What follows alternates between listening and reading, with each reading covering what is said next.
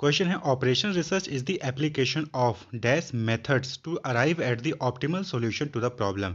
तो operation research is the application of what, मतलब operation research किस चीज़ का एप्लीकेशन है जिसका यूज़ करके हम जो है एक ऑप्टिमल सॉल्यूशन पे अराइव होते हैं, पहुंचते हैं।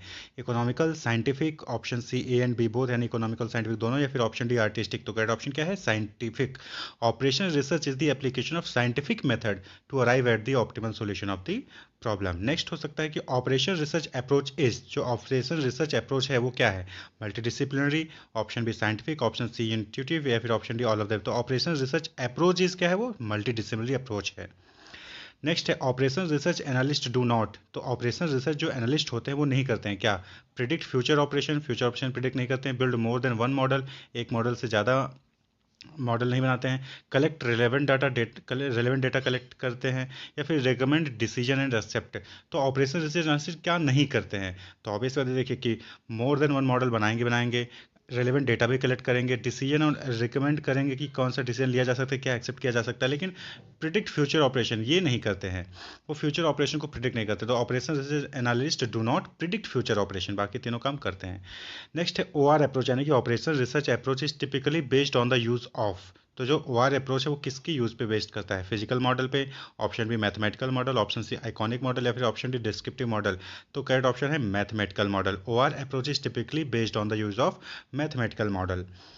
नेक्स्ट है the qualitative approach to decision analysis relies on. जो क्वालिटेटिव अप्रोच है डिसीजन एनालिसिस का वो किस पे डिपेंड करता है? एक्सपीरियंस पे, जजमेंट पे, इंट्यूशन पे, या फिर ऑल। तो जो क्वालिटेटिव अप्रोच है डिसीजन एनालिसिस का वो है ऑल, यानी कि एक्सपीरियंस, जजमेंट और इंट्यूशन तीनों पे ही डिपेंड करता है। नेक्स्ट है for analysing a problem decision maker should normally study. तो किसी प्रॉब्लम को एनालाइज करने के लिए जो डिसीजन मेकर होते हैं उनको नॉर्मली क्या करना चाहिए? स्टडी करना चाहिए। इट्स क्वालिटेटिव एस्पेक्ट, उसके क्वालिटेटिव एस्पेक्ट्स को स्टडी करना चाहिए। क्वांटिटी क्वांटिटेटिव एस्पेक्ट, इसको क्वांटिटेटिव एस्पेक्ट्स को स्टडी करना चाहिए, या फिर बोथ ए एंड बी, यानी कि क्वालिटेटिव और क्वांटिटेटिव दोनों स्टडी करना चाहिए, फिर नाइदर ए ना और बी, यानी कि दोनों में से कोई सा भी नहीं करना चाहिए। तो फॉर एनालाइजिंग प्रॉब्लम को एनालाइज करने के लिए डिसीजन मेकर्स को क्या स्टडी करना चाहिए? ऑब्वियस सी बात है, क्वालिटेटिव और क्वांटिटेटिव एस्पेक्ट्स दोनों ही करने चाहिए स्टडी। डिसीजन वेरिएबल्स आर, जो डिसीजन वेरिएबल्स होते हैं ऑपरेशन रिसर्च में वो क्या होते हैं? कंट्रोलेबल होते हैं, अनकंट्रोलेबल होते हैं, पैरामीटर्स होते हैं, या फिर नन, यानी कि कोई भी ऑप्शन सही नहीं है। तो डिसीजन वेरिएबल्स आर कंट्रोलेबल होते हैं। ए मॉडल इज, जो मॉडल होता है वो क्या है? एन एसेंस ऑफ रियलिटी, एक रियलिटी का एसेंस होता है। अप्रॉक्सीमेशन होता है, आइडियलाइजेशन होता है, या फिर ऑल। तो मॉडल क्या होता है? मॉडल एक एसेंस ऑफ रियलिटी, यानी कि रियलिटी का एक एसेंस होता है। अप्रॉक्सीमेशन भी कहते हैं उसको, या फिर आइडियलाइजेशन भी कहते हैं कि एक आइडिया होता है वो। A physical model is example of, जो फिजिकल मॉडल होता है किसका एग्जाम्पल है? एन आइकॉनिक मॉडल का, एन एनालॉग मॉडल का, ए वर्बल मॉडल का, फिर ए मैथमेटिकल मॉडल का। तो physical model is example of iconic model. An optimization model, अब नीचे चार ऑप्शन दिए गए उनमें से बताना कि क्या है an optimization model. Mathematically provide the best decision, optimization model जो है मैथमेटिकली बेस्ट डिसीजन प्रोवाइड करता है। Provide decision with in its limited context, अपने लिमिटेड कंटेक्स्ट में जो है डिसीजन जो है प्रोवाइड करता है। Helps in evaluating various alternative constantly, various alternative को इवेलुएट करने में हेल्प करता है कॉन्स्टेंटली, या फिर ऑल, तीनों ही फंक्शन परफॉर्म करता है। तो एन ऑप्टिमाइजेशन मॉडल वो जो है वो तीनों के लिए ही परफॉर्म करता है। Mathematically provide the best decision, provide decision with in limits contact, limited context, helps in evaluating various alternative constantly. Next है the quantitative approach to decision analysis is A. जो क्वांटिटेटिव अप्रोच है decision analysis का वो क्या है? Logical approach है, rational approach है, scientific approach है, फिर ऑल। तो quantitative approach to decision analysis is a scientific approach. Quantitative, the process of modifying an O R model to observe the effect upon its output is called. The process of modifying an O R model को modify करने का जो process है to observe the effect upon its output, उसका effect output पे क्या होगा उसको क्या कहते हैं? Sensitivity analysis, cost benefit analysis, model validation, या फिर इनपुट वेरिएशन। तो हम ओ आर मॉडल में जो है मॉडिफाई करते हैं जिससे कि हम ये देख सकें कि आउटपुट पे क्या इफेक्ट पड़ेगा। तो ये क्या हो जाएगा? सेंसिटिविटी एनालिसिस, यानी कि आउटपुट पे क्या इफेक्ट पड़ा, तो sensitivity analysis. Next, operation research practitioners do not, जो ऑपरेशन रिसर्च प्रैक्टिशनर्स होते हैं वो क्या नहीं करते हैं? Take responsibility for solution implementation, collect essential data, predict future action operation, या फिर build more than one model. अभी जस्ट आपने थोड़ी देर पहले ही एक एमसीक्यू देखा, वहाँ पे भी यही था कि ऑपरेशन रिसर्च एनालिसिस्ट क्या नहीं करते हैं। तो यहाँ पे भी देखिए क्या है कि टेक रिस्पॉन्सिबिलिटी और सोल्यूशन इंप्लीमेंटेशन, ऑब्वियस बात है लेते हैं, एसेंशियल डेटा कलेक्ट करते हैं, मोर देन वन मॉडल बिल्ड करते हैं, लेकिन क्या नहीं करते हैं? Predict future action of operation. Future action operation वो प्रिडिक्ट नहीं करते हैं ऑपरेशनल रिसर्च प्रैक्टिशनर्स। तो करेक्ट ऑप्शन क्या हो जाएगा? सी, ये काम नहीं करते। क्वेश्चन क्या पूछा? डू नॉट, तो ये काम नहीं करते, तो आपको कौन सा काम नहीं करते वो बताना है। नेक्स्ट है managerial decision are based on, तो जो मैनेजरियल डिसीजन होता है वो किस पे बेस्ड करता है? An evolution of quantitative data, quantitative data के इवोल्यूशन पे डिपेंड करता है। The use of qualitative factor के यूज पे डिपेंड करता है मैनेजरियल डिसीजन। या फिर number of produce by formal model, जो नंबर्स प्रोड्यूस होते हैं फॉर्मल मॉडल से उस पर डिपेंड करता है मैनेजरियल डिसीजन। या फिर ऑल तीनों पे ही डिपेंड करता है, मतलब कि evolution of quantitative data, use of qualitative factor और number produce by formal models. तो किस पे डिपेंड करता है मैनेजरियल डिसीजन? तो करेक्ट ऑप्शन है ऑल, यानी कि ऊपर के तीनों ऑप्शन ए बी सी तीनों में ही वो डिपेंड करता है मैनेजरियल डिसीजन। तो ये आपको याद रखना होगा। एवरी मैथमेटिकल मॉडल, जो मैथमेटिकल मॉडल होता है सभी, वो क्या है? मस्ट बी डिटर्मिनिस्टिक, वो डिटर्मिनिस्टिक होना चाहिए। Requires computer aid for it solution, उनके लिए कंप्यूटर एड चाहिए होता है सोल्यूशन के लिए। Represent data in numerical form, numerical form में डेटा को रिप्रेजेंट करते हैं। या फिर ऑल, तीनों ही ऑप्शन सही हैं ऊपर के। तो करेक्ट क्या है? Represent data in numerical form. Every mathematical, जो मैथमेटिकल मॉडल होते हैं वो न्यूमेरिकल फॉर्म में डेटा को रिप्रेजेंट करते हैं। नेक्स्ट है a dash is sometimes describe as a rule of thumb that usually generally works. तो आपको बताना है कि नीचे दिए 4 ऑप्शन में से कौन सा ऑप्शन सही है जो कि एक रूल ऑफ थंब होता है, रूल ऑफ थंब की तरह उसको डिस्क्राइब किया जाता है और जो कि जनरली काम भी करता है। स्टोकेस्टिक, साइंटिफिक, या फिर ह्यूरिस्टिक, या फिर डी ऑल। तो क्या होता है रूल ऑफ थंब? आपने नाम सुना होगा। रूल ऑफ थंब क्या होता है? Heuristic. Option C correct. A heuristic is sometimes describe as rule of thumb that usually generally works. The manager should rely on dash while using a quantitative approach for a problem solving. तो manager किस पे rely होना चाहिए जब वो quantitative approach use करता हो problem solving के लिए? एक्सपीरियंस, इंस्टीट्यूशन, या फिर जजमेंट पे, या फिर तीनों पे ही? तो करेक्ट ऑप्शन क्या होगा? ऑल। एक्सपीरियंस, इंस्टीट्यूशन, जजमेंट, तीनों पे ही रिलाई करना चाहिए मैनेजर को जब वो क्वांटिटेटिव अप्रोच यूज कर रहा हो प्रॉब्लम सॉल्विंग के लिए। नेक्स्ट है model in which at least one decision variable is random is known as. जो मॉडल होता है जिसमें कि at least one decision variable is random, एक डिसीजन वेरिएबल रैंडम होता है, तो उसको क्या कहते हैं? Stochastic model, scientific model, heuristic model, या फिर मैथमेटिकल मॉडल। तो मॉडल जहाँ पे एक कम से कम एक डिसीजन वेरिएबल जो है वो क्या होता है? रैंडम होता है, तो वो स्टोकेस्टिक मॉडल कहते हैं। यानी कि वहाँ पे सर्टेनिटी नहीं होती है, जो वेरिएबल होते हैं वो अननोन होते हैं। The constraints may be in the form of, जो कंस्ट्रेंट होते हैं वो किस फॉर्म में हो सकते हैं? Equalities, inequalities, both A and B, यानी इक्वलिटीज और इनइक्वलिटीज दोनों में हो सकते हैं। फिर आइकॉनिक। तो कंस्ट्रेंट जो है वो हमेशा क्या होते हैं? इक्वलिटीज और इनइक्वलिटीज दोनों फॉर्म में हो सकते हैं। नेक्स्ट है the phase of operational research approach to problem solving are except. तो आपको बताना है कि जो फेजेज होते हैं ऑपरेशन रिसर्च के प्रॉब्लम सॉल्विंग के लिए, उसमें कौन सा नहीं है? 4 ऑप्शन दिए हैं, इनमें से कौन सा ऑपरेशन रिसर्च का फेज नहीं है वो आपको बताना है। एक्सेप्ट है तो कौन सा नहीं वो बताना है। तो judgement phase, research phase, analyse phase, या फिर एक्शन फेज। तो आपने पढ़ा होगा अगर phases of operational research problem solving के, तो आपने देखा होगा वहाँ पे 3 फेजेज है, जजमेंट, रिसर्च और एक्शन फेज। तो कौन सा ऑप्शन यहाँ पे गलत होगा? एनालाइज फेज, ये फेज नहीं होता है। तो आपको यही क्वेश्चन में पूछा भी गया है कि एक्सेप्ट बताना है। नेक्स्ट है the operation research technique which helps in minimizing total waiting and service cost is. तो आपको बताना है कि ऑपरेशन रिसर्च का वो कौन सा टेक्निक है जो कि हेल्प करता है टोटल वेटिंग और सर्विस कॉस्ट को मिनिमाइज करने में?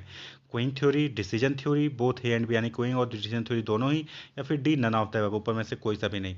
तो ऑपरेशन रिसर्च टेक्निक बहुत सारी टेक्निक हैं, तो उसमें से कौन सा टेक्निक है जो कि टोटल वेटिंग और सर्विस कॉस्ट को मिनिमाइज करने में हेल्प करता है? That is Qing theory. Qing series, Q लगाना जो कहते हैं। ये 21 क्वेश्चन हो गए। अब हम कुछ इंपॉर्टेंट पॉइंट जो यूनिट 1 से है जो आपको याद होने चाहिए, जिसके बेसिस पे आप एमसीक्यू भी अटेंड कर सकते हैं, उसको देखेंगे। तो सबसे पहला, quantitative analysis is the scientific approach to decision making. ये आपको पता होना चाहिए कि क्वांटिटेटिव एनालिसिस क्या है, वो साइंटिफिक अप्रोच है डिसीजन मेकिंग के लिए। Decision maker should consider quantitative and qualitative factor while solving a problem. तो जो भी डिसीजन मेकर होते हैं उनको क्वांटिटेटिव और क्वालिटेटिव फैक्टर दोनों ही कंसीडर करना चाहिए जब भी वो कोई प्रॉब्लम सॉल्व कर रहे हो। The term operation research was coined as a result of conducting research on military operating during World War II। तो ये भी आपको पॉइंट याद होना चाहिए कि जो ऑपरेशन रिसर्च है वो कॉइंड हुआ था, कब बना था? जब एक रिसर्च हो रहा था मिलिट्री ऑपरेशन का वर्ल्ड वॉर 2 में।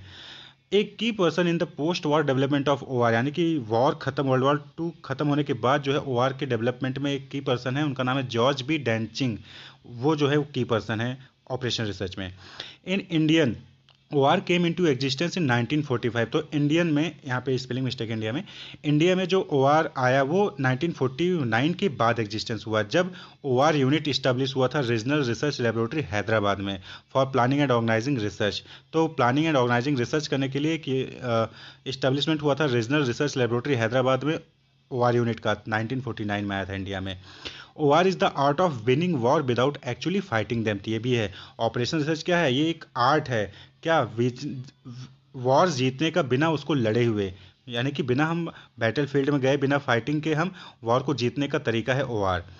OR is the art of finding bad answers to problem which otherwise have worse problem, यानी कि OR क्या है, ये बैड आंसर फाइंड करने का तरीका है जहाँ पे एक वर्स आंसर हो सकता था, यानी कि जहाँ पे बहुत ही वर्स हो सकता था वहाँ पे बैड ही आंसर फाइंड आउट करने का तरीका है OR। OR uses interdisciplinary, scientific, holistic and objective oriented approach to decision making। तो OR जो है वो interdisciplinary, scientific, holistic and objective oriented approach करता है decision making में। तो OR की characteristics भी कहलाते हैं आप। वहीं पे कुछ और points देखेंगे तो a model is an approximation or abstraction of reality। तो model क्या होता है, एक approximation होता है या फिर abstraction होता है reality का। एक MCQ भी अभी आपने पीछे डिस्कस किया। On the basis of structure, हम अब बात करें कि मॉडल को कैसे क्लासीफाई कर सकते हैं, तो इसको भी ध्यान रखिएगा कि on the basis of structure physical and symbolic model होते हैं। On the basis of purpose और फंक्शन डिस्क्रिप्टिव, प्रिडिक्टिव और नॉर्मेटिव, यानी कि ऑप्टिमाइजेशन मॉडल कहते हैं। ये पर्पज या फंक्शन के बेसिस पे होते हैं। टाइम रेफरेंस के बेसिस पे मॉडल जो है दो टाइप के होते हैं, स्टैटिक एंड डायनेमिक मॉडल। वहीं पे डिग्री ऑफ सर्टेनिटी के बेसिस पे जो है दो टाइप के होते हैं, डिटर्मिनिस्टिक एंड प्रोबेबिलिस्टिक, जो आपके आपने पढ़ा था स्टॉक्स्टिक मॉडल, जिसमें कि क्या होता है, एक रैंडम वेरिएबल होता है। तो in deterministic model all value are known with certainty. तो जो डिटर्मिनिस्टिक मॉडल होता है उसमें सभी वैल्यू जो है वो नॉन होते हैं और सर्टेनिटी होती है उनमें। वहीं पे इन प्रोबेबिलिस्टिक मॉडल, जो प्रोबेबिलिस्टिक मॉडल है, स्टॉक्स्टिक मॉडल है, उसमें ऑल वैल्यू और नॉट नॉन, जो यानी कि कुछ ना कुछ वैल्यू वहाँ पे रैंडम होते हैं। With certainty they involve some chance और रिस्क। तो प्रोबेबिलिस्टिक मॉडल में या स्टॉक्स्टिक मॉडल में क्या होता है, जो वैल्यू होती है वहाँ पे कुछ ना कुछ चांस या रिस्क होता है। एक है टर्म एक्सोनियस वेरिएबल। तो एक्सोनियस वेरिएबल क्या होता है, exogenous variable are those numerical value depend on the external environment that influence an organization. तो वो वेरिएबल जो कि एक्सटर्नल एनवायरनमेंट पे डिपेंड करते हैं, जो कि ऑर्गेनाइजेशन को इन्फ्लुएंस करते हैं, उनको हम क्या कहते हैं, एक्सोनियस वेरिएबल कहते हैं। In general OR models are solved using. तो जो जनरली हम OR मॉडल को कैसे सॉल्व करते हैं, तो एनालिटिकल यानी डिडक्टिव मॉडल होते हैं, मेथड होता है न्यूमेरिकल यानी इटरेटिव मेथड होता है, वहीं पे मॉन्टे कार्लो मेथड भी होता है। तो हम यहाँ पे तीन तरीके से OR मॉडल को जनरली सॉल्व कर सकते हैं, एनालिटिकल यानी डिडक्टिव मॉडल, न्यूमेरिकल यानी कि इटरेटिव मॉडल और मॉन्टे कार्लो मेथड से। एक फुल फॉर्म है, एक सॉफ्टवेयर है जो कि ऑपरेशन रिसर्च में यूज़ किया था, वो भी आपको पता होना चाहिए। QSB प्लस और QSOM, ये दो टाइप के OR सॉफ्टवेयर है जो कि ऑपरेशन रिसर्च में हेल्प करते हैं। तो QSB प्लस ये है quantitative system for business plus कहलाता है। QSB प्लस का फुल फॉर्म क्या है, quantitative system for business plus. वहीं पे QSOM का क्या है, क्वांटिटेटिव सिस्टम ऑपरेशन मैनेजमेंट। ये दोनों क्या है, QSOM का क्या है, क्वांटिटेटिव सिस्टम ऑपरेशन मैनेजमेंट, ये दोनों क्या है, OR सॉफ्टवेयर है। तो ये कुछ इंपॉर्टेंट पॉइंट्स है जो अब यूनिट 1 से आपको याद होने चाहिए, पता होना चाहिए, और वहीं पे हमने MCQ भी प्रैक्टिस किया है। In a transportation model, we must make the number of dash and dash equal। तो ट्रांसपोर्टेशन प्रॉब्लम में किस चीज़ का नंबर जो हमें इक्वल करना होता है, डेस्टिनेशन और सोर्स का, unit supplied and unit demanded का, कॉलम्स और रो का, या फिर पॉजिटिव कॉस्ट कॉफिशिएंट या फिर नेगेटिव कॉस्ट कॉफिशिएंट का। तो ट्रांसपोर्टेशन प्रॉब्लम में हमें यूनिट सप्लाइड और यूनिट डिमांडेड, इनका जो है हमें नंबर इक्वल करना होता है। फिर है डैश और dash are use to balance and assignment और ट्रांसपोर्टेशन प्रॉब्लम, यानी कि ऐसी कौन सी दो चीज़ें जो कि यूज़ किए जाते हैं ट्रांसपोर्टेशन प्रॉब्लम को बैलेंस करने के लिए, destination source, unit supplied unit demanded, dummy rows dummy column, या फिर लार्ज कॉस्ट कॉफिशिएंट या स्मॉल कॉस्ट कॉफिशिएंट। तो आपको पता है कि जब बैलेंस नहीं होता है तो हम लोग क्या करते हैं, डमी रो और डमी कॉलम का यूज़ करते हैं। तो dummy rows and dummy columns are use to balance the assignment of transportation problem. वहीं पे यूनिट सप्लाइड और यूनिट डिमांडेड हो उसको हम इक्वल करते हैं, उसको इक्वल होना चाहिए। The method of finding an initial solution based upon opportunity cost is called. तो अपॉर्चुनिटी कॉस्ट के बेस पे जो इनिशियल सॉल्यूशन निकालते हैं उस मेथड को हम क्या कहते हैं, north west corner rule, Vogel's approximation, Johnson theorem, या फिर फ्लड्स टेक्निक। तो correct option is Vogel's approximation, जहाँ पे हम finding initial solution find out करते हैं अपॉर्चुनिटी कॉस्ट के बेसिस पे। नेक्स्ट है dash occurs when the number of occupied squares is less than the number of row plus. यहाँ पे आपको बताना है कि occur when number of occupied square, जो ऑक्यूपाइड स्क्वायर्स होते हैं वो कम होते हैं नंबर ऑफ रो प्लस से। तो डिजेनरेसी, इनफिजिबिलिटी, अनबाउंडनेस या फिर अनबैलेंस, क्या कहते हैं उसको, तो हम कहते हैं degeneracy. Degeneracy occur when the number of occupied square is less than the number of row plus minus plus column -1 होता है। The initial solution of a transportation problem can be obtained by applying any known method. The initial solution of transportation problem can be obtained by applying any known method. However, the only condition is that the solution be optimal, the rim condition are satisfied, the solution not be generate, या फिर all of the above. तो initial solution जो है transportation का problem को कोई सी भी methods का यूज़ करके हम अपना ऑप्टेंड कर सकते हैं। कंडीशन क्या होनी चाहिए कि rim condition are satisfied. Rim condition अगर सेटिस्फाइड तो हम इनिशियल सॉल्यूशन किसी भी जो है मेथड से निकाल सकते हैं। The dummy source of destination in a transportation problem is added to. तो जो डमी सोर्स या डेस्टिनेशन होता है जो हम ऐड करते हैं वो क्यों ऐड करते हैं ट्रांसपोर्टेशन प्रॉब्लम में?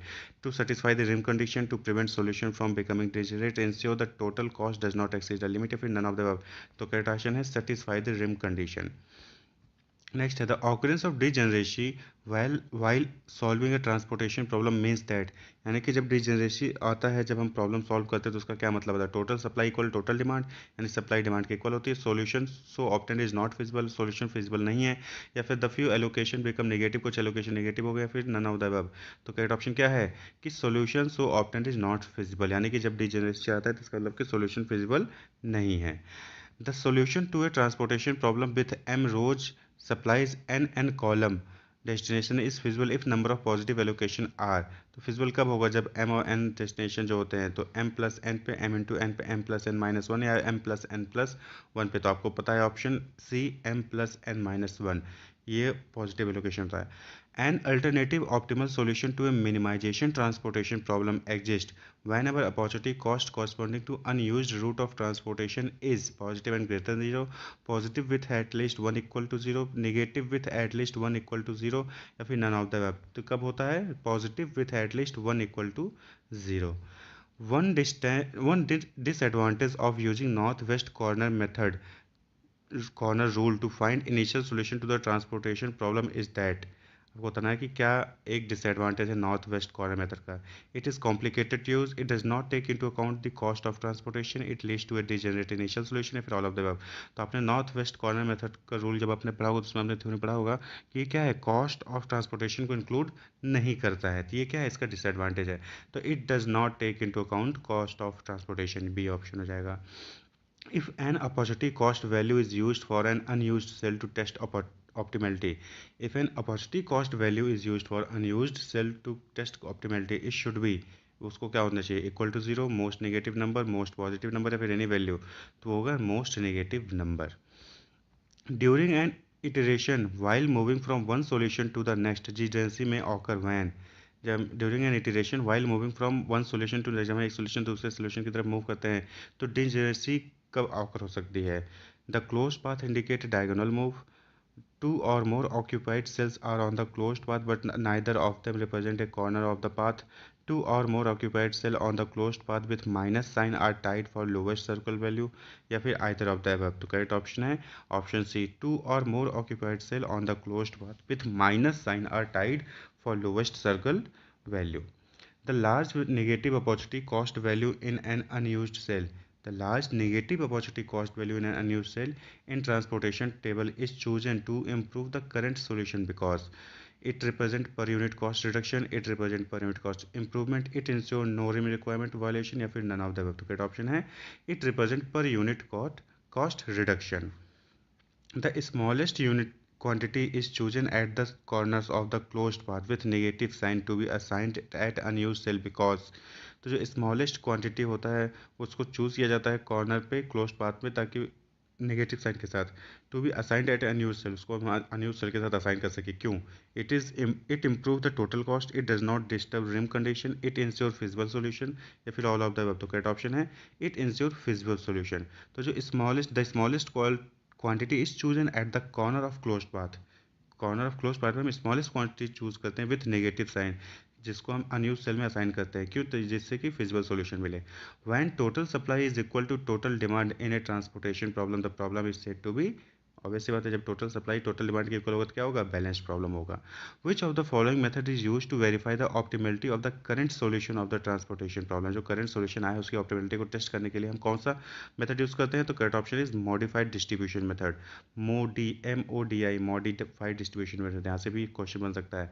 तो देखिए नॉर्मल क्या होता है ट्रांसपोर्टेशन में, तीन मेथड होते हैं, north west corner method, least cost method, Vogel's approximation method. ये तीन मेथड से हम इनिशियल सोल्यूशन निकालते हैं, फिर उसकी ऑप्टिमलिटी चेक करने के लिए हम मॉडिफाइड डिस्ट्रीब्यूशन मेथड का यूज़ करते हैं। The degeneracy in the transportation problem indicates that, जो डीजेनरेसी होता है ट्रांसपोर्टेशन प्रॉब्लम वो क्या इंडिकेट करता है? Dummy allocation need to be added, the problem has no feasible solution, the multiple optimal solution exist, या फिर A B but not C, यानी कि ए भी सही है लेकिन सी गलत है। तो correct option is D, A B सही है बट नॉट सी, यानी dummy allocation need to be added, problem has no feasible solution अगर डीजेनरेसी आता है तो। Next, in a transportation problem, when the number of occupied routes is less than the number of rows plus the number of column minus 1, जब transportation problem में number of occupied route जो है वो कम होता है number of rows plus number of column -1 से, तो we say that column is unbalanced, infeasible, optimally degenerate. Correct option is degeneracy. अभी पहले भी हमने एमसीक्यू में देखा कि डिजेनरेसी क्या होता है, जब number of rows plus number of column -1 से इक्वल नहीं होता है।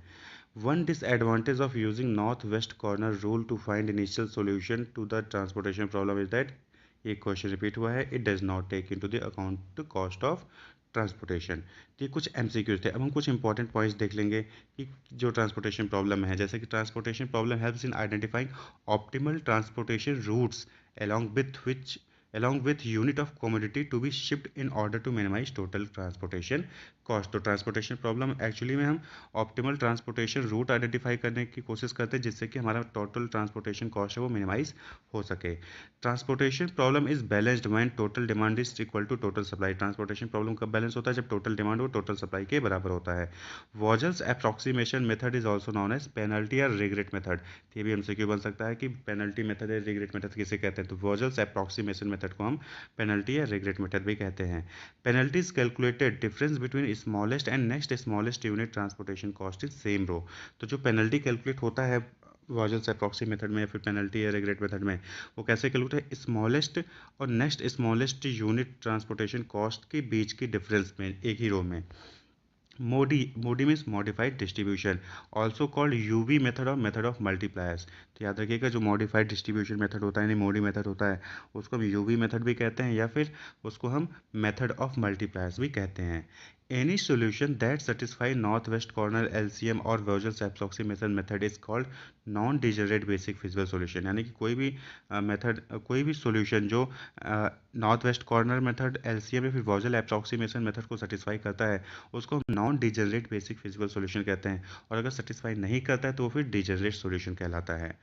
अनबैलेंस्ड प्रॉब्लम कौन होता है? अनबैलेंस्ड प्रॉब्लम जहाँ पे डिमांड और तो सप्लाई इक्वल नहीं होते हैं। तो ए डमी सोर्स और destination is use to balance the transportation problem. इस पर एमसीक्यू आपने देख लिया है कि हम डमी सोर्स या डमी क्या कहते हैं कि डेस्टिनेशन जो है यूज़ करते हैं, डमी डेस्टिनेशन हम यूज़ करते हैं किसी भी अनबैलेंस ट्रांसपोर्टेशन प्रॉब्लम को बैलेंस करने के लिए। डीजेनरेसी ऑकर, डीजेनरेसी कब होता है? Degeneracy occur when number of occupied cells are less than the number of rows plus column -1। इस पर भी हमने आंसर को देख लिया।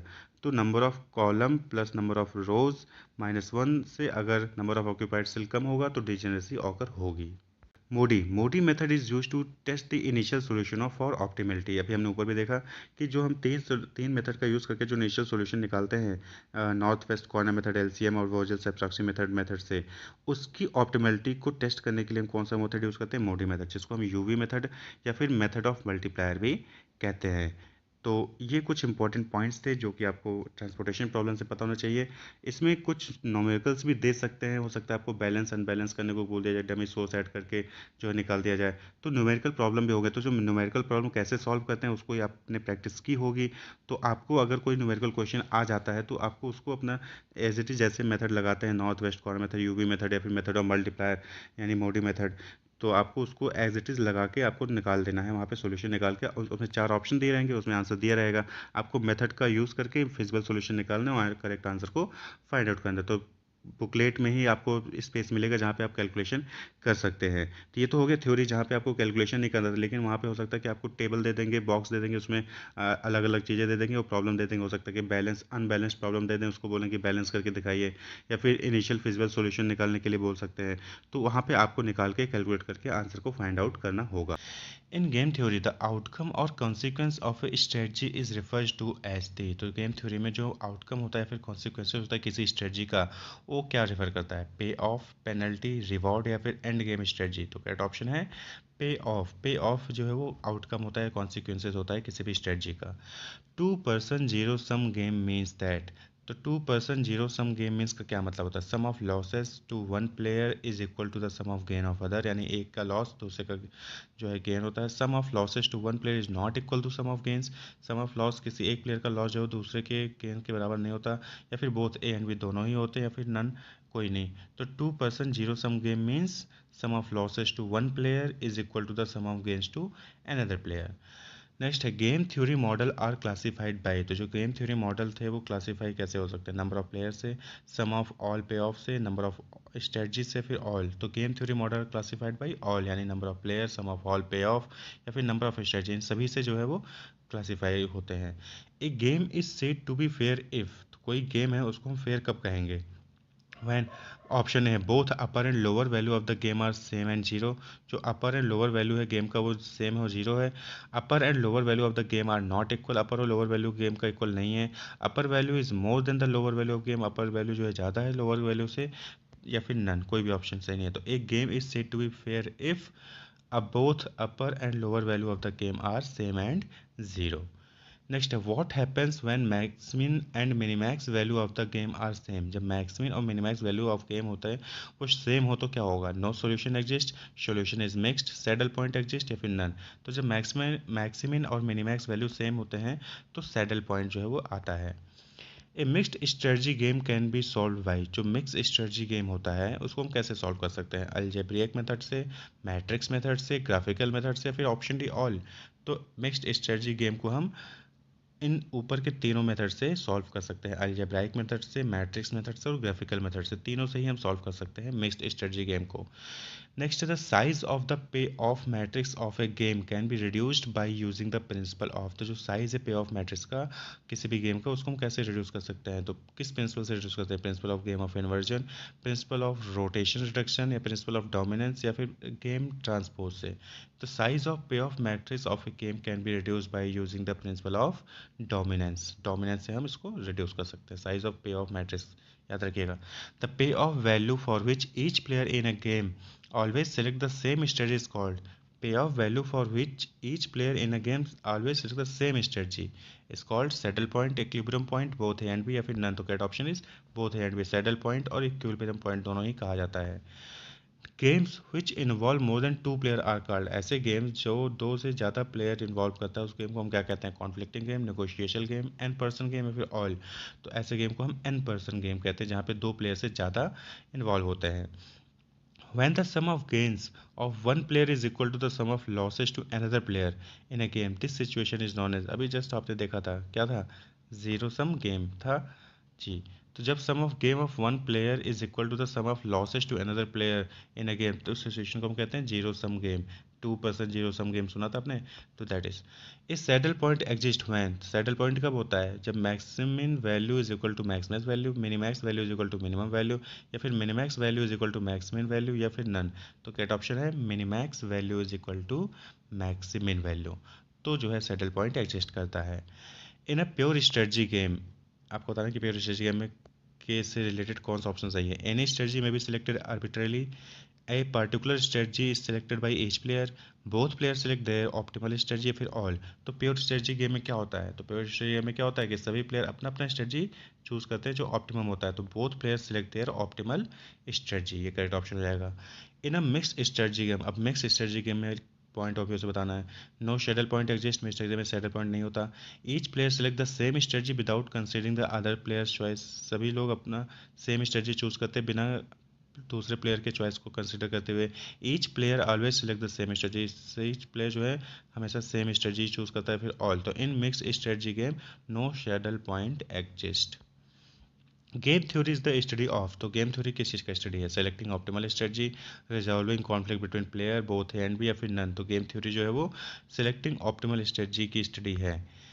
Linear programming method should be use to determine value of the game when size of pay of matrix is, तो linear program यानी LP method should be use to determine value of the game when size of pay of matrix is, तो size of pay of matrix क्या होने पे जो है LP method use किया जाता है? 2 into 2, 3 into 4, m into 2, या फिर 2 into n।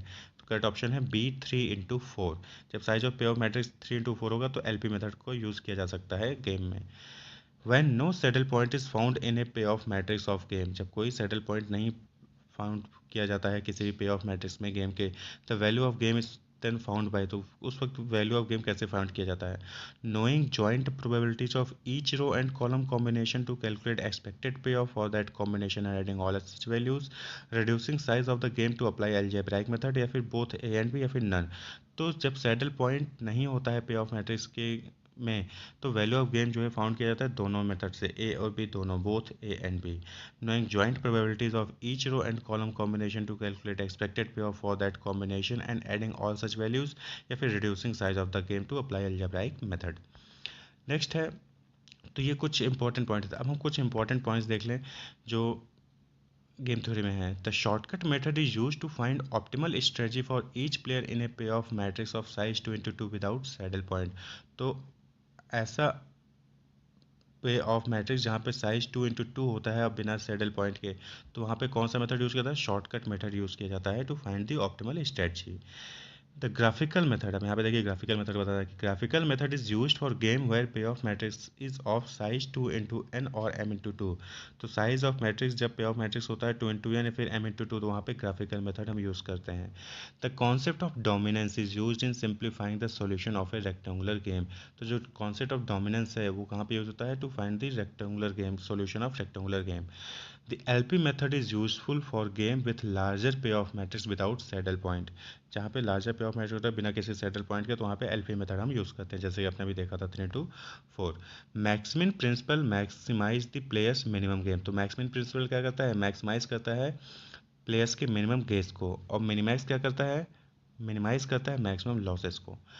Value of the game is expected gain और loss in a game when a game is played a large number of time. तो जो वैल्यू ऑफ गेम होता है वो क्या होता है? एक्सपेक्टेड गेन या लॉस होता है इन ए गेम में, जब game is played large number of time, जब हम कई बार उसको खेलते हैं, तो वैल्यू ऑफ गेम क्या होता है? गेन या loss. Saddle point is the pay of value that represent both minimax and maximum value of the game. तो सैडल पॉइंट क्या होता है? पे ऑफ वैल्यू होता है जो कि रिप्रेजेंट करता है मिनिमैक्स और maximum value of the game। Algebraic method, algebraic method is used to determine the probability of using different strategy by player A and B। तो algebraic method क्या करता है? is used to determine the probability of using different strategy by player A and B। तो ये कुछ important points भी हैं जो गेम थ्योरी से है, जो उनको आपके बारे में पता होना चाहिए। तो न्यूमेरिकल आपको प्रैक्टिस करना है जैसे आप सॉल्व करते थे डिफरेंट मेथड का यूज़ करके, क्योंकि कुछ क्वेश्चंस भी हो सकते हैं कि दे दिया जाए, उसमें ऑप्शन आंसर भी दे दिए जाएंगे, ऑप्शन में आपको जो है किसी भी मेथड का यूज़ करके उसके सॉल्यूशन को फाइंड करना होगा और आंसर को, करेक्ट आंसर को चूज़ करना होगा। तो रफ स्पेस मिलेगा, वहाँ पे आपको सॉल्व कर सकते हैं। तो ऐसा नहीं है कि सिर्फ थ्योरी थ्योरी ही आएगा, न्यूमेरिकल क्वेश्चंस भी आपको पूछ लेंगे, आपको फॉर्मूला यूज़ करके सॉल्व करके उसको आंसर करेक्ट ऑप्शन चूज़ करना होगा। क्वेश्चन है, an assignment problem is considered as a particular case of transportation problem because. तो जो असाइनमेंट प्रॉब्लम है उसको एक particular case of transportation problem समझाता है, क्यों? बिकॉज ऑप्शन है the number of rows equal column, जो नंबर ऑफ रोज है वो कॉलम के बराबर होते हैं। All X I J is equal to 0 और 1, ऑल रिम कंडीशन आर 1, या फिर all of the above.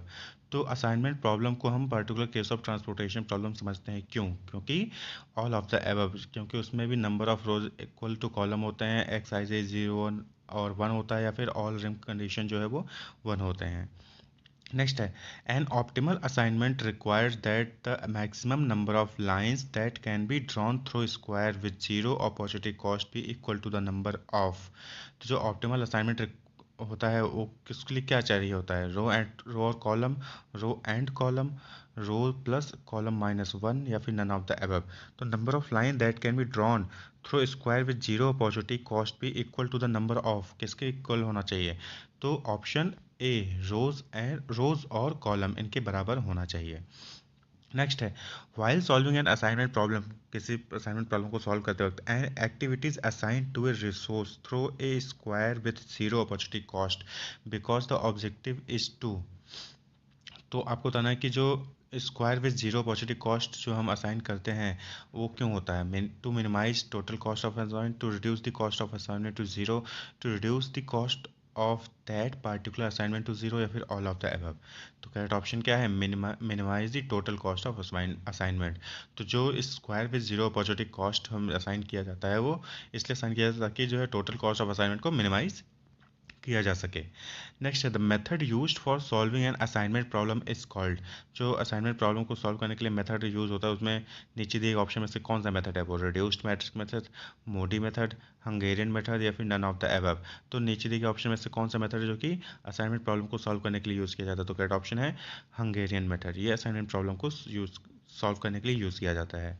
Next है the purpose of a dummy row और column in an assignment problem is to. तो असाइनमेंट प्रॉब्लम में जो हम dummy रो या फिर डमी कॉलम यूज़ करते हैं उसका क्या पर्पज है, to obtain balance between total activities and total resources.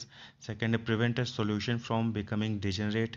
Option C है provide a means of representing a dummy problem या फिर option D none of the above। तो करेक्ट ऑप्शन क्या है, डमी रो या डमी कॉलम क्यों apply किया जाता है, to obtain a balance between total activities and total resources. हम टोटल एक्टिविटी और टोटल रिसोर्स के बीच में बैलेंस बनाने के लिए डमी रो या डमी कॉलम यूज़ करते हैं। नेक्स्ट है maximization assignment problem is transformed into a minimization problem by. तो जो मैक्सिमाइजेशन असाइनमेंट प्रॉब्लम है उसको हम ट्रांसपोर्ट करते हैं मिनिमाइजेशन प्रॉब्लम में, कैसे, bye adding each entry in a column from the maximization value in that column, या फिर option B subtracting each entry in a column from the maximum value in that column, या फिर option सी है subtracting each entry in the table from the maximum value in that table, या फिर option D any of the above। तो correct option क्या है, subtracting each entry in the table from the maximum value in that table, subtracting each entry in table from maximum value in that table. तो अगर आप ऐसा करते तो maximization assignment problem is transformed into minimization problem. Next question है if there were n worker and n job there would be. Option A है n factorial solution, option B n minus one factorial solution, या फिर option C n factorial solutions, या फिर option D n solution. तो correct option क्या है, n factorial solutions. Next question है an assignment problem can be solve by. जो assignment problem होता है उसको हम किससे सॉल्व कर सकते हैं, नीचे ऑप्शन जो दिए हैं उनमें से बताना है आपको। सिंप्लेक्स मेथड से, ट्रांसपोर्टेशन मेथड से, बोथ ए एंड बी, यानी सिंप्लेक्स और ट्रांसपोर्टेशन दोनों मेथड से, फिर नन ऑफ द अबव। तो हम सिंप्लेक्स या ट्रांसपोर्टेशन से सॉल्व कर सकते हैं, नहीं सर कर सकते असाइनमेंट प्रॉब्लम। तो ऑब्वियस सी बात है, आपने पढ़ा होगा different methods to solve the assignment problem, तो उसमें सिंप्लेक्स मेथड और ट्रांसपोर्टेशन मेथड दोनों का यूज़ करके आप सॉल्व करते हैं। तो both A and B can be used to solve the assignment problem. For a salesman who has to visit N cities which of the following are the ways of his tour plan. तो एक salesman जो को N cities को visit करना है उसके लिए क्या प्लान हो सकता है, टूर प्लान। ऑप्शन है n factorial, option B n plus one factorial, या फिर option C n minus one factorial, या फिर ऑप्शन डी ओनली एन। तो करेक्ट ऑप्शन है n minus one factorial. The assignment problem option है require that only one activity be assigned in each source is a special case of transportation problem, can be use to maximize resources, या फिर all of the above. तो assignment problem क्या है, all of the above. Assignment problem requires that only one activity be assigned to each resource, the assignment problem is a special case of transportation problem, and assignment problem can be use to maximize resources. Next है an assignment problem is a special case of transportation problem where. तो assignment problem जो है special case है transportation problem का, कहाँ, where number of rows equal number of column, all rim condition are one, value of each decision variable is either zero और one, या फिर all of the above. आपने इस क्वेश्चन को पहले भी देखा है। Every basic physical solution of a general assignment problem having a square पे of matrix of order and should have assignments equal to. तो एन जो है जो assignment n should have assignments equal to किसके, two n plus one, two n minus one, m plus n minus one, या फिर m plus n. तो correct option is two n minus one, इसके इक्वल होना चाहिए एन असाइनमेंट में। To proceed with the MODI algorithm for solving an assignment problem the number of dummy allocation need to be added are. To proceed with the Modi algorithm for solving assignment problem, the number of dummy allocation need to be added are n, 2n, n minus one, या फिर 2n minus one. तो correct option है n minus one. n minus one को जो है add करना होता है डमी एलोकेशन में। The Hungarian method for solving an assignment problem can also be use to solve. जो हंगेरियन मेथड होता है असाइनमेंट प्रॉब्लम को सॉल्व करने के लिए उसको हम और क्या, उसके लिए और किस में यूज़ कर सकते हैं, टू ए ट्रांसपोर्टेशन प्रॉब्लम है, ए ट्रैवलिंग सेल्समैन प्रॉब्लम है, ए एलपी प्रॉब्लम है, बोथ ए एंड बी। तो करेक्ट ऑप्शन क्या है, correct option is a travelling salesman problem. हम हंगेरियन मेथड को असाइनमेंट प्रॉब्लम के सॉल्व करने के साथ साथ हम ट्रैवलिंग सेल्समैन प्रॉब्लम को सॉल्व करने में भी यूज़ कर सकते हैं। An optimal solution of an assignment problem can be obtained only if. Optimal solution of assignment problem जो है कब हम फाइंड आउट कर सकते हैं, each row and column has only one zero element, each row and column has at least one zero element, the data is arrangement in a square matrix या फिर none of the above. तो यहाँ पे correct option क्या हो जाएगा, none of the above. ऊपर से कोई भी ऑप्टिमल सॉल्यूशन के लिए नहीं है। In assignment problem of maximization, the objective is to maximize A profit, B optimization, C cost, if none of the above. तो in assignment problem of maximization, the objective is to maximize profit. हम कुछ point देखेंगे important जो आपको पता होना चाहिए। तो assignment problem can be solve by enumeration method, simplex method, transportation method, Hungarian method. ये आपको पता होना चाहिए। ये चारों मेथड आपने प्रैक्टिस भी किए होंगे, पढ़े हुए होंगे। इन्हीं से क्वेश्चंस भी आ सकते हैं, न्यूमेरिकल क्वेश्चंस भी पूछे जा सकते हैं कि आपको एक डेटा दे दिया जाएगा, उसमें पूछा जाएगा कि बताइए कि कैसे ये आया है। तो आपको रफ, जहाँ पे रफ स्पेस मिला होगा क्वेश्चन बुकलेट में, वहाँ पे आपको फॉर्मूला लगा के यूज़ करके सॉल्व करना होगा। Zeros is the assignment table indicate opportunity cost and show the penalty of not making the least और बेस्ट असाइनमेंट। तो जो जीरो होता है असाइनमेंट प्रॉब्लम में, वो क्या इंडिकेट करता है, अपॉर्चुनिटी कॉस्ट, और शो करता है penalty of not making the least cost और best assignment. Next, when the given cost matrix is not a square matrix, जो कॉस्ट मैट्रिक्स होता है वो स्क्वायर मैट्रिक्स नहीं होता है, तो assignment problem is called as unbalanced transportation problem. तो अनबैलेंस्ड ट्रांसपोर्टेशन प्रॉब्लम क्या होता है, जब कॉस्ट मैट्रिक्स जो है स्क्वायर मैट्रिक्स नहीं होता है। इन सच केस डमी रो और कॉलम, जब अनबैलेंस ट्रांसपोर्टेशन प्रॉब्लम होता है तो उस केस में डमी रो या फिर कॉलम जो है वो ऐड किया जाता है मैट्रिक्स में with zero as the cost element to in order to make square matrix. तो उसको स्क्वायर मैट्रिक्स बनाने के लिए हम डमी रो या डमी कॉलम ऐड करते हैं with zero as the cost element. And travelling salesman, तो एक ट्रेवलिंग सेल्समैन जो होता है वो start from his home city and return back visiting his each city so that total distance जो कॉस्ट और टाइम होता है वो मिनिमम हो। तो ये ट्रैवलिंग सेल्समैन से रिलेटेड पॉइंट है। तो अनबैलेंस ट्रांसपोर्टेशन प्रॉब्लम क्या होता है, जीरो क्या होता है, और कौन कौन से मेथड है ये आपको पता होना चाहिए। तो ये कुछ एमसीक्यूज थे असाइनमेंट प्रॉब्लम से। कहते हैं customer behaviour in which the customer moves from one queue to another in a multiple channel situation is. तो उसको क्या कहते हैं, customer behaviour in which customer moves from one queue to another in a multiple channel situation. तो उसको barking कहते हैं, रेनेजिंग कहते हैं, जॉकिंग कहते हैं, फिर अल्टरनेटिंग कहते हैं। तो करेक्ट ऑप्शन है जॉकिंग कहते हैं उसको। Which of the following characteristics apply to queuing system, नीचे दिए गए ऑप्शन में से कौन सा कैरेक्टरिस्टिक जो कि क्यूइंग सिस्टम में अप्लाई करता है, customer population, arrival process, both A and B या फिर नन। तो करेक्ट ऑप्शन है बोथ ए एंड बी, यानी कि कस्टमर पॉपुलेशन और अराइवल प्रोसेस दोनों ही कैरेक्टरिस्टिक्स होते हैं जो कि क्यूइंग सिस्टम में होती हैं। नेक्स्ट क्वेश्चन है which of the following is not a key operating characteristics for a queuing system, यानी कि नीचे दिए गए ऑप्शन में से बताना कि कौन सा नहीं है एक ऑपरेटिंग कैरेक्टरिस्टिक्स किसी क्यूइंग सिस्टम का। Utilisation factor, percent idle time, average time spend waiting in the system and queue, या फिर नन। तो करेक्ट ऑप्शन क्या है, ऑप्शन नन, यानी कि ऊपर के तीनों ही क्या है ऑपरेटिंग कैरेक्टरिस्टिक्स हैं। तो आपको बताना था कि कौन से नहीं है, तो ऐसा कोई भी नहीं है जो नहीं है। प्रायोरिटी क्यू डिसिप्लिन में भी क्लासिफाइड एज, तो जो प्रायोरिटी क्यू होता है डिसिप्लिन वो कैसे क्लासिफाइड करता है, फाइनाइट और इनफाइनाइट में, लिमिटेड और अनलिमिटेड में, प्रीएम्प्टिव है, नॉन प्रीएम्प्टिव में, या फिर ऑल। तो करेक्ट ऑप्शन है सी, प्रीएम्प्टिव और नॉन प्रीएम्प्टिव में।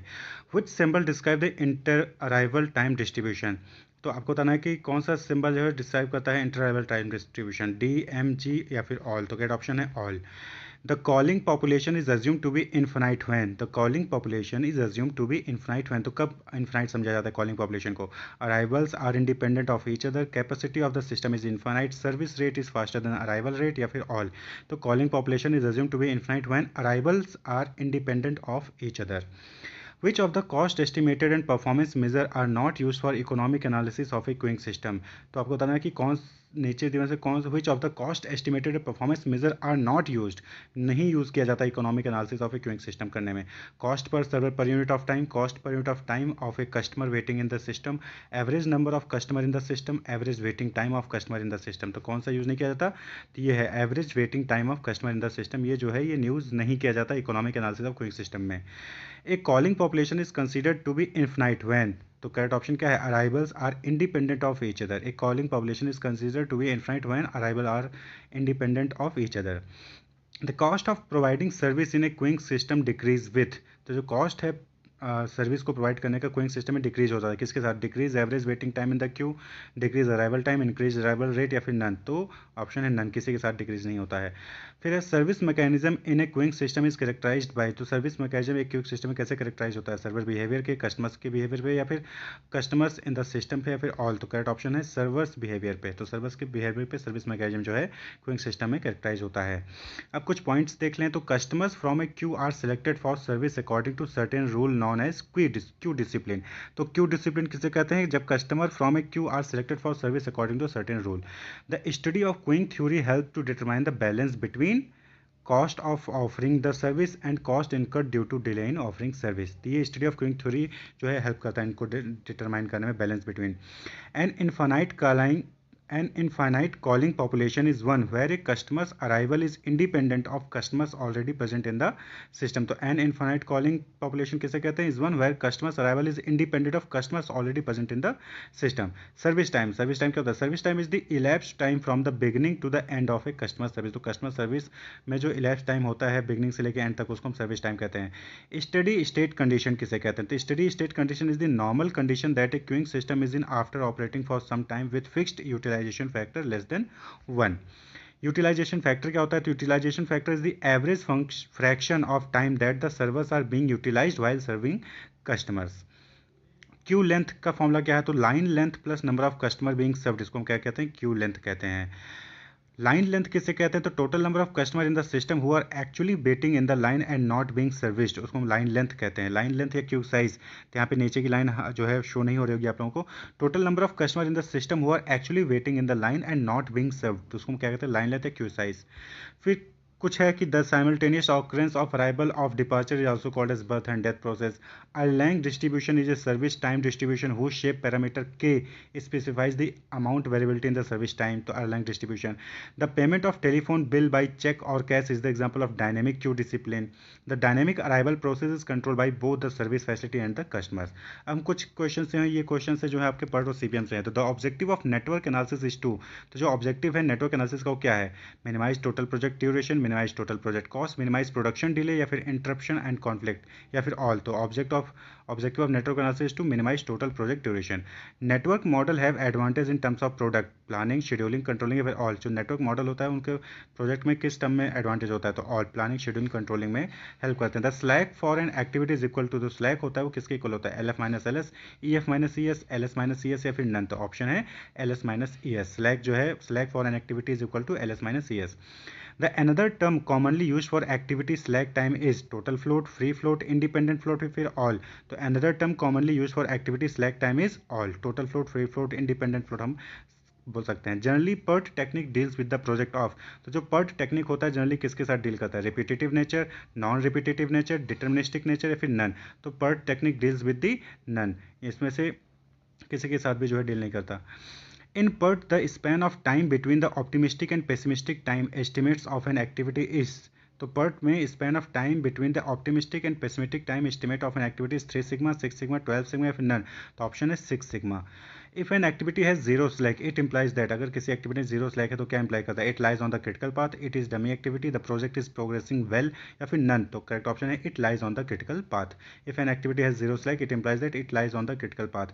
A dummy activity is used in the network diagram when, dummy activity जो है वो नेटवर्क डायग्राम में कब यूज़ किया जाता है? Two parallel activities have the same tail and head events, या फिर द चेन ऑफ एक्टिविटीज में हैव ए कॉमन इवेंट, या बी इंडिपेंडेंट बाई दमसेल्फ, या फिर ऑप्शन ए एंड बी दोनों, या फिर नन। तो ऑप्शन है ए एंड बी दोनों के केस में यूज़ किया जाता है।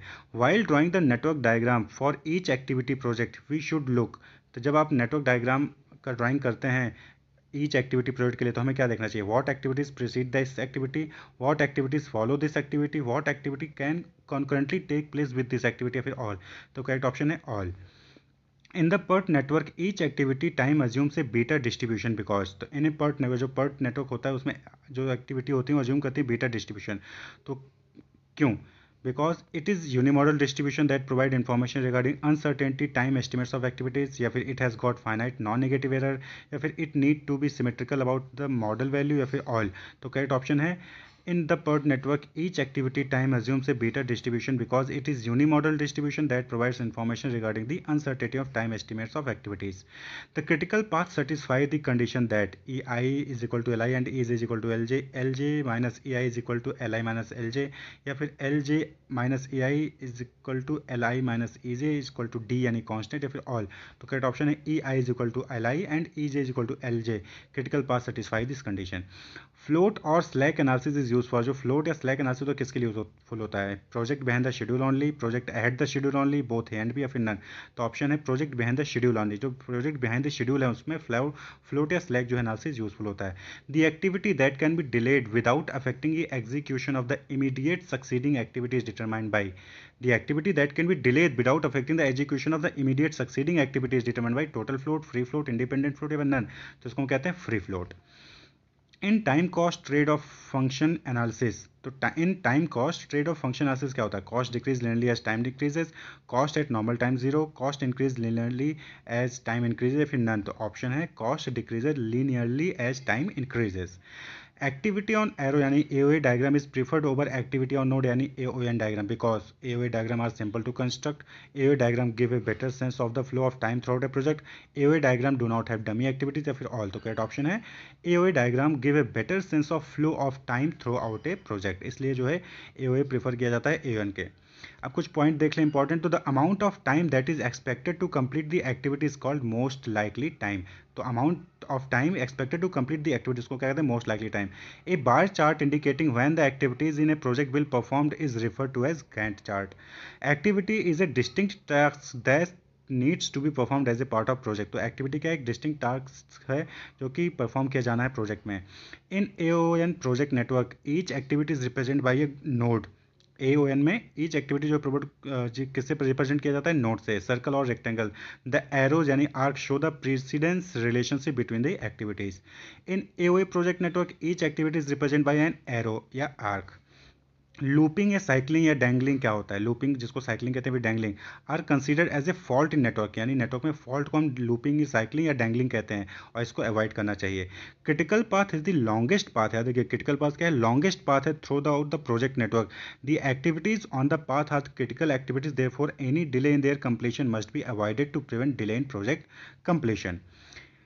क्रैशिंग द प्रोजेक्ट मीन्स क्या होता है? Crashing the project means crashing a number of activities to reduce the duration of the project below its normal time. तो crashing of project means crashing a number of activities to reduce the duration of the project below its normal time. Crashing an activity means, तो crashing activity means taking special costly measure. Crashing an activity means taking special costly measure to reduce the duration of activity below its normal time, यानी costly measures लेते हैं जिससे कि हम duration को reduce कर सकें। Network is a graphical display of A project that contains both activity and events. तो नेटवर्क क्या होता है? एक ग्राफिकल डिस्प्ले होता है जो कि प्रोजेक्ट का जो कि क्या कंटेन करता है? एक्टिविटी और इवेंट्स दोनों ही कंटेन करता है। तो ये कुछ MCQs थे, इंपॉर्टेंट पॉइंट्स थे। आप लोग न्यूमेरिकल को जरूर प्रैक्टिस करिएगा, क्वेश्चन को कैसे सॉल्व किया जाना है वो आप जरूर देखिएगा। Wish all the best, keep watching, subscribe the channel for more videos. Thank you.